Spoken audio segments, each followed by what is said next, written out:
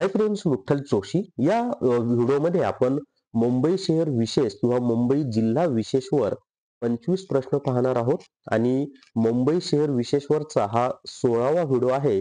याच्या आधीचे 15 व्हिडिओ तुम्हाला कुठे पाहता येतील तर आपलं जे विठ्ठल जोशी हे YouTube चॅनल आहे त्यामध्ये प्लेलिस्टमध्ये जा.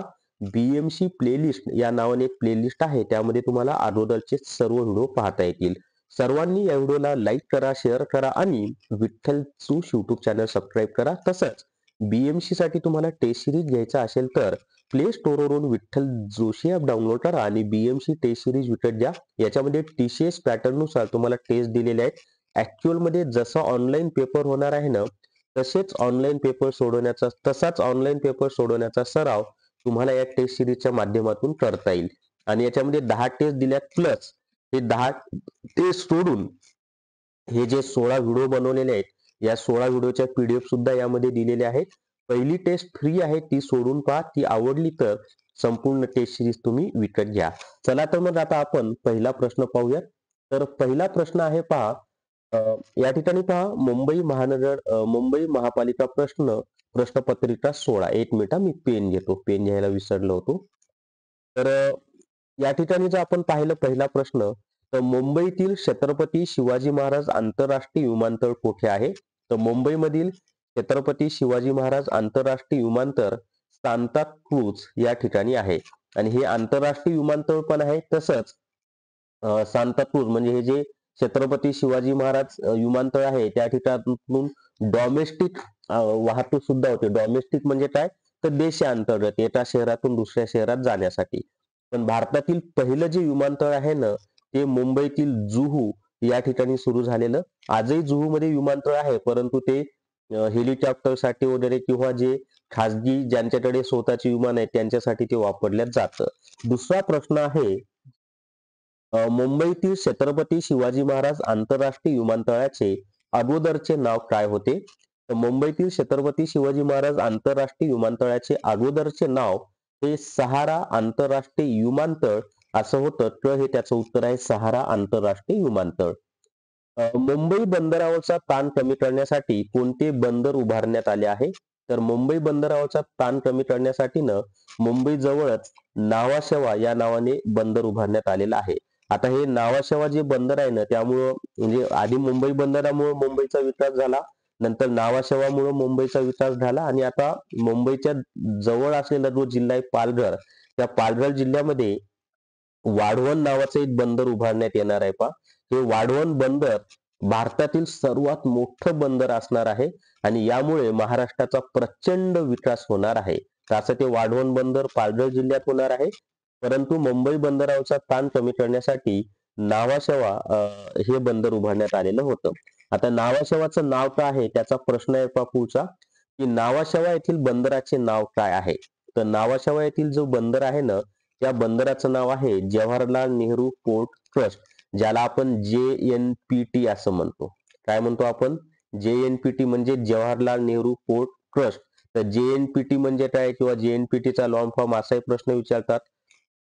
तर मुंबई बंदरावरचा ताण कमी करण्यासाठी नावाशेवा या ठिकाणी जवाहरलाल नेहरू पोर्ट ट्रस्ट म्हणजे JNPT हे बंदर उभारण्यात आलेलं आहे.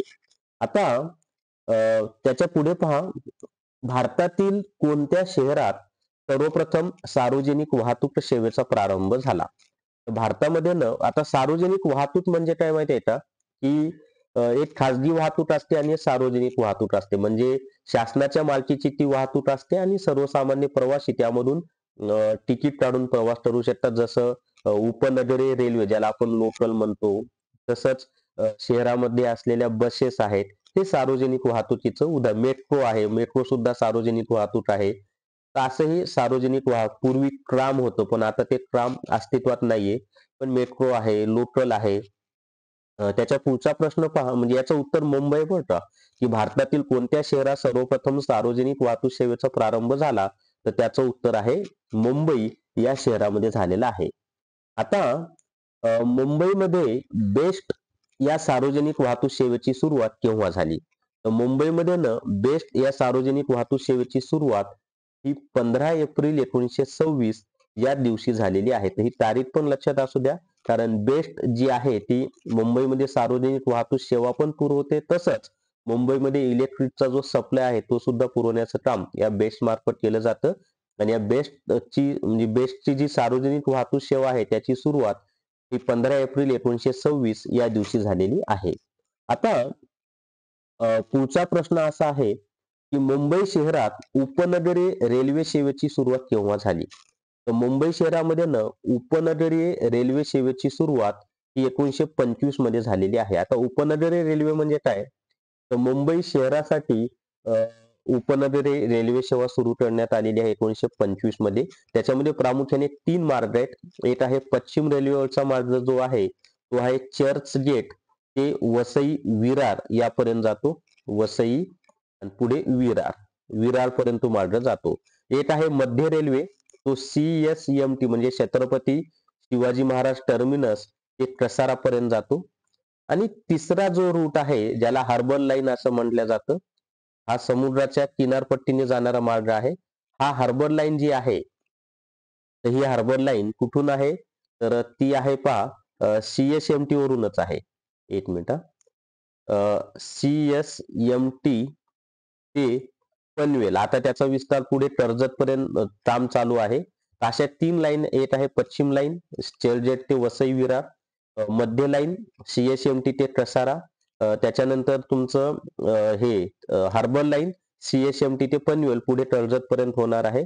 त्याच्यानंतर कुर्ला हे असं स्थानक आहे त्या ठिकाणी त्या तिन्ही लाईन एकत्र म्हणजे मध्य लाईन आणि हार्बर लाईन एकत्र येतात आणि दादर या ठिकाणी या तिन्ही लाईन एकत्र येतात. चला पुढचा प्रश्न आहे आता 8वा प्रश्न आहे मुंबई शहरातील पहिली उपनगरी रेल्वे कोणत्या 2 स्थानकांदरम्यान धावली? मुंबई शहरातील पहिली उपनगरी रेल्वे कोणत्या 2 स्थानकादरम्यान धावली?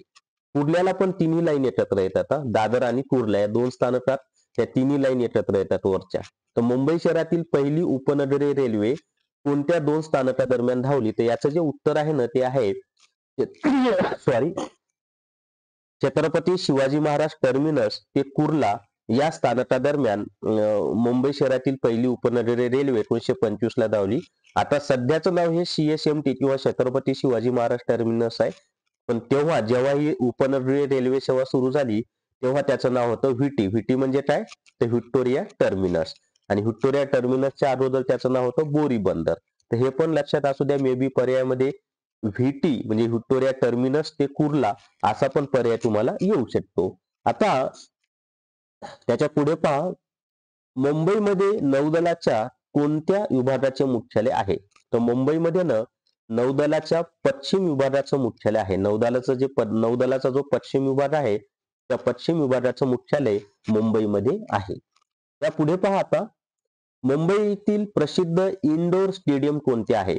तर मुंबईमधील प्रसिद्ध इंडोर स्टेडियम हे वल्लभभाई पटेल स्टेडियम हे आहे. म्हणजे सरदार वल्लभभाई पटेल जे भारताचे पहिले गृहमंत्री होते किंवा भारताचे पोलादी पुरुष किंवा आयर्न मॅन ऑफ इंडिया असं ज्यांना म्हटलं जातं ते सरदार वल्लभभाई पटेल. आणि सरदार वल्लभभाई पटेल यांचा जन्मदिवस हा युनिटी डे म्हणून म्हणजे राष्ट्रीय एकता दिन म्हणून साजरा केला जातो. का?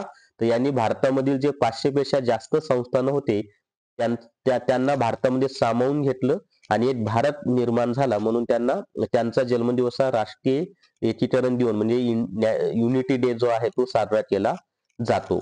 आता अजून आपल्याला 15 प्रश्न पाहिजेत, पण त्याच्या आधी छोटीशी जाहिरात की जर तुम्हाला BMC टेस्ट सिरीज विकत घ्यायची असेल तर प्ले स्टोअरवरून विठ्ठल जोशी ॲप डाउनलोड करा आणि BMC टेस्ट सिरीज विकत घ्या.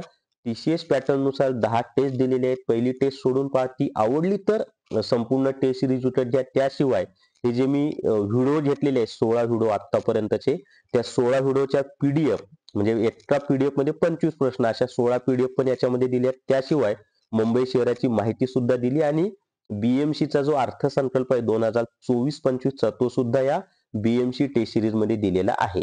पुढचा प्रश्न आहे पहा आता, नरिमन पॉइंट ते गिरगाव चौपाटी या 3 किलोमीटर लांबीच्या किनारपट्टीला काय म्हणतात? तर नरिमन पॉइंट ते गिरगाव चौपाटी या 3 किलोमीटर लांबीच्या किनारपट्टीलाच आपण मरीन ड्राईव्ह असं म्हणतो. मरीन ड्राईव्ह हा यालाच म्हणजे काय म्हणायचं एखाद्या म्हणजे महिलेच्या गळ्यामध्ये जसा नेकलेस असतो ना, तसा हा मरीन ड्राईव्ह आहे.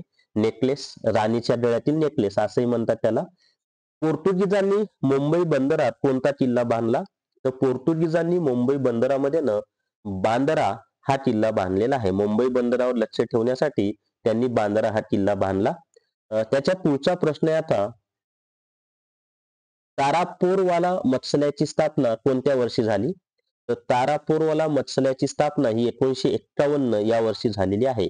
1951 हे त्याचं उत्तर आहे. तारापूरवाला जे मत्स्यालय आहे ना, ते मुंबईमध्ये गिरगाव चौपाटीलाच लागून आहे. रस्त्याच्या एका बाजूला गिरगाव चौपाटी, एका बाजूला आहे तारापूरवाला मत्स्यालय. लक्ष्मण विठू आणि देऊबाई पाटील यांनी मुंबईतील सिद्धिविनायक मंदिर कोणत्या वर्षी बांधले? आता हे जे लक्ष्मण विठू आणि देऊबाई पाटील आहेत ना, यांनी मुंबईतील सिद्धिविनायक मंदिर हे 1801 मध्ये बांधलेलं आहे. आता याच्यात तुम्हाला असाही प्रश्न येऊ शकतो की सिद्धिविनायक मंदिर कोणी बांधलं आहे? तर लक्ष्मण विठू आणि देऊबाई पाटील यांनी बांधलेलं आहे. कधी बांधलेलं आहे? तर 1801 मध्ये ते बांधलेलं आहे. मला कमेंट करून सांगा बरं की मुंबईमधील कोणत्या भागामध्ये सिद्धिविनायक मंदिर आहे? मी याचा प्रश्न ऑलरेडी घेतलेला आहे, म्हणून आता तुम्ही कमेंट करून सांगा, म्हणजे मला कळेल किती जणांनी अगोदरचे व्हिडिओ पाहिलेत. संजय गांधी राष्ट्रीय उद्यानाचे जुने नाव काय होते? तर संजय गांधी राष्ट्रीय उद्यानाचं जुनं नाव हे कृष्णगिरी राष्ट्रीय उद्यान असं आहे. संजय गांधी राष्ट्रीय उद्यानाचं जुनं नाव काय आहे? तर कृष्णगिरी राष्ट्रीय उद्यान हे त्याचं नाव आहे. आता त्याला संजय गांधी राष्ट्रीय उद्यान म्हणतो आणि ते मुंबई उपनगर जिल्ह्यामधील बोरिवली या उपनगरात किंवा बोरिवली या तालुक्यामध्ये आहे आणि जिल्हा कोणता आहे? मुंबई उपनगर. अगोदरचं नाव कृष्णगिरी राष्ट्रीय उद्यान, आताचं नाव संजय गांधी राष्ट्रीय उद्यान आणि शहरी भागामध्ये असलेलं एकमेव राष्ट्रीय उद्यान म्हणजे संजय गांधी राष्ट्रीय उद्यान आहे. मुंबई नगरपालिकेची स्थापना कधी झाली? आता इथं समजून घ्या, फसवा प्रश्न आहे. मुंबई महानगरपालिका नाही म्हटलं बरं का, काय म्हटलंय? मुंबई नगरपालिका म्हटलेलं आहे. तर मुंबई नगरपालिका वेगळं आणि महानगरपालिका वेगळं. तर मुंबई नगरपालिकेची स्थापना ही 1865 मध्ये झालेली आहे आणि मुंबई महानगरपालिका जर विचारलं असतं तुम्हाला, तर मुंबई महानगरपालिकेची जी स्थापना आहे, ते मुंबई महानगरपालिकेची स्थापना ही 1888 मध्ये झालेली आहे. तर हा दोन्ही मधला फरक आहे, हा सर्वांनी लक्षात ठेवा. तर हे सर्वांनी व्यवस्थित लक्षात ठेवा की मुंबई नगरपालिकेची स्थापना 1865 ला झाली, परंतु मुंबई महानगरपालिकेची स्थापना 1888 मध्ये झालेली आहे. BMC ऍक्ट 1888 नुसार मुंबई महानगरपालिकेची स्थापना झाली, परंतु मुंबई नगरपालिका 1865. नगरपालिका आणि महानगरपालिका यामध्ये फरक असतो. त्याच्या पुढे पाहता ग्रांट मेडिकल कॉलेजची स्थापना कधी झाली? तर ग्रांट मेडिकल कॉलेजची स्थापना ही 1845 मध्ये झालेली आहे. ब हे त्याचं उत्तर आहे. मुंबई महानगरपालिकेची स्थापना कधी झाली? तर मुंबई महानगरपालिकेची स्थापना ही 1888 मध्ये झालेली आहे. सध्या मुंबई महानगरपालिकेत एकूण किती सदस्य किंवा नगरसेवक आहेत? तर सध्या मुंबई महानगरपालिकेमध्ये एकूण 227 नगरसेवक आहेत. म्हणजे जेव्हा केव्हा निवडणूक होईल तेव्हा 227 नगरसेवकांसाठी होईल. मुंबई महानगरपालिकेमध्ये एकूण किती प्रभाग आहेत? तर मुंबई महानगरपालिकेमध्ये एकूण 24 प्रभाग आहेत. मी एका व्हिडिओमध्ये ना 14 सांगितलं होतं, त्याचं कारण सांगतो की BMC ऍक्ट 1888 मधून मी ती माहिती घेतली होती. तर BMC ऍक्ट 1888 जो आहे त्यामध्ये 14च प्रभागांची माहिती दिलेली आहे, परंतु आता सध्या मुंबई महानगरपालिकेची जर वेबसाईट पाहिली, सध्या मुंबईमध्ये किती प्रभाग आहेत? तर 24 प्रभाग आहेत मुंबई महानगरपालिकेच्या वेबसाईटवर. त्यामुळं जर तुम्हाला प्रश्न आला मुंबई महानगरपालिकेमध्ये एकूण किती प्रभाग आहेत, तर त्याचं उत्तर 24 द्या. आणि BMC ऍक्ट 1888 नुसार किंवा BMC ऍक्ट 1888 मध्ये मुंबई महानगरपालिकेच्या किती प्रभागांचा उल्लेख आहे? तर 14. दोन्ही मधला फरक समजून घ्या. सध्या मुंबई महानगरपालिकेमध्ये एकूण 24 प्रभाग आहेत आणि शासनामार्फत जे मुंबई महानगरपालिकेवर सदस्य निवडले जातात ते एकूण 5 आहेत. म्हणजे नगरसेवक आहेत 127, प्रभाग आहेत 24 आणि नियुक्त केलेल्या सदस्यांची संख्या महानगरपालिकेवर 5 आहे. हे सर्वांनी व्यवस्थित लक्षात ठेवा. त्याच्या पुढचा प्रश्न पाहूयात. त्याच्या आधी परत छोटीशी जाहिरात. अजून आपल्याला प्रश्न पाहायचेच आहेत. जर तुम्हाला BMC टेस्ट सिरीज विकत घ्यायची असेल तर प्ले स्टोअरवरून विठ्ठल जोशी ॲप डाउनलोड करा आणि BMC टेस्ट सिरीज विकत घ्या. तसंच BMC ई बुक सुद्धा उपलब्ध आहे. या दोन्ही कोर्सेसमध्ये मुंबई शहर आणि हे जे व्हिडिओ घेतलेले आहेत त्याच्या PDF दिलेल्या आहेत. आता 21 नंबरचा प्रश्न आपण पाहूयात. आणि 21 नंबरचा प्रश्न आहे, MMRDAच्या पदाधिकारी समितीचे अध्यक्ष कोण असतात? तर MMRDAची जी पदाधिकारी समिती आहे तिचे अध्यक्ष मुख्यमंत्री असतात, पदसिद्ध अध्यक्ष. आता तुम्ही म्हणाल महापौर का नसतात? त्याचं कारण सांगतो. MMRDA फक्त मुंबई महानगरपालिकेपुरतं मर्यादित नाही. तर MMRDA मध्ये एकूण 9 महानगरपालिका येतात. मग कोणत्या महानगरपालिकेचा महापौर तुम्ही अध्यक्ष करणार नाही ना? आता MMRDA 5 जिल्ह्यांसाठी आहे. पालकमंत्री एका जिल्ह्याला असतो आणि MMRDA 5 जिल्ह्यासाठी एक आहे पालघर, ठाणे, मुंबई उपनगर, मुंबई आणि रायगड. त्यामुळे पालकमंत्री सुद्धा नसतो आणि राज्यपाल तर नाहीतच आहे. मुख्यमंत्री हे त्याचं उत्तर आहे. मुंबईत डबेवाला ही सेवा कधी सुरू झाली? तर मुंबईमध्ये ना डबेवाला ही सेवा 1890 मध्ये सुरू झालेली आहे आणि मुळामध्ये हे डबेवाल्यांचं सुरुवातीचं काम काय होतं माहिती आहे का?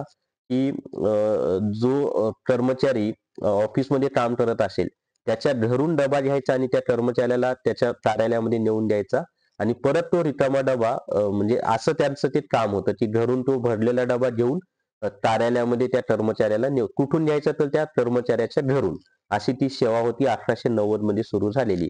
नंतर हे डबेवाले स्वतः सुद्धा डबे पुरवायला लागले, म्हणजे घरून न आणता स्वतःच डबे सुद्धा पुरवायला लागले आणि हे डबेवाले खूप प्रसिद्ध बरं. यांनी खूप मोठमोठे रेकॉर्ड मुंबईमध्ये तयार केलेले आहेत. साधारणपणे 2 लाख डबे प्रत्येक दिवशी यांच्या मार्फत पुरवले जातात आणि ब्रिटनचे जे राजघराणं आहे त्यांनी सुद्धा यांचं कौतुक केलेलं आहे. गिनीज वर्ल्ड रेकॉर्ड सुद्धा यांच्या नावावर आहे. पुढचा प्रश्न आहे पहा की व्हिक्टोरिया टर्मिनस चे नामांतर छत्रपती शिवाजी टर्मिनस असे केव्हा करण्यात आले? तर व्हिक्टोरिया टर्मिनस म्हणजे व्हीटी, त्याचं नामांतर हे छत्रपती शिवाजी टर्मिनस असं 1996 मध्ये करण्यात आलं. आता मी तुम्हाला थोडक्यामध्ये माहिती देतो पहा. मुंबईचं आधीचं नाव बॉम्बे होतं. तर 1995 मध्ये काय म्हणत आहे मी, 1995 मध्ये या बॉम्बेचं नाव काय केलेलं आहे? मुंबई. 1996 मध्ये मुंबई महानगरपालिकेचं म्हणजे बॉम्बे महानगरपालिका जे होतं त्याचं नाव मुंबई महानगरपालिका केलं ते 1996 ला. फरक लक्षात ठेवा. बॉम्बे शहराचं नाव 1995 मध्ये मुंबई केलं आणि बॉम्बे महानगरपालिकेचं नाव मुंबई महानगरपालिका हे 1996 मध्ये केलं आणि 1996 मध्येच व्हिक्टोरिया टर्मिनसचे नाव छत्रपती शिवाजी महाराज टर्मिनस असं करण्यात आलेलं आहे. त्याच्या पुढे मुंबईतील प्रसिद्ध शिवमंदिर असलेल्या बाबूनाथ मंदिराची स्थापना कधी झाली? तर हे जे बाबूनाथ मंदिर आहे त्याची स्थापना 1780 मध्ये झालेली आहे आणि हे बाबूनाथ मंदिर कोणत्या देवतेशी संबंधित आहे? तर शिव म्हणजे महादेव म्हणजे शिव यांच्याशी संबंधित आहे. आता पुढचा प्रश्न आहे, भारतातील सर्वात जुने प्राणी संग्रहालय वीर माता जिजामाता उद्यान भायखळा याची स्थापना कोणत्या वर्षी झाली? तर हे जे उद्यान आहे याची स्थापना 1861 मध्ये झालेली आहे.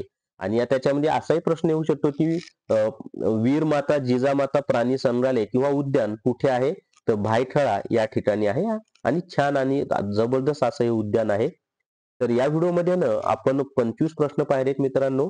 जर तुम्हाला BMC टेस्ट सिरीज घ्यायची असेल तर ती विठ्ठल जोशी ऍप मध्ये आहे. तसंच BMC ई बुक सुद्धा आपल्या विठ्ठल जोशी ऍप मध्ये आहे. तर या व्हिडिओला सर्वांनी लाईक करा, शेअर करा आणि Vitthal Joshi YouTube channel subscribe करा. धन्यवाद.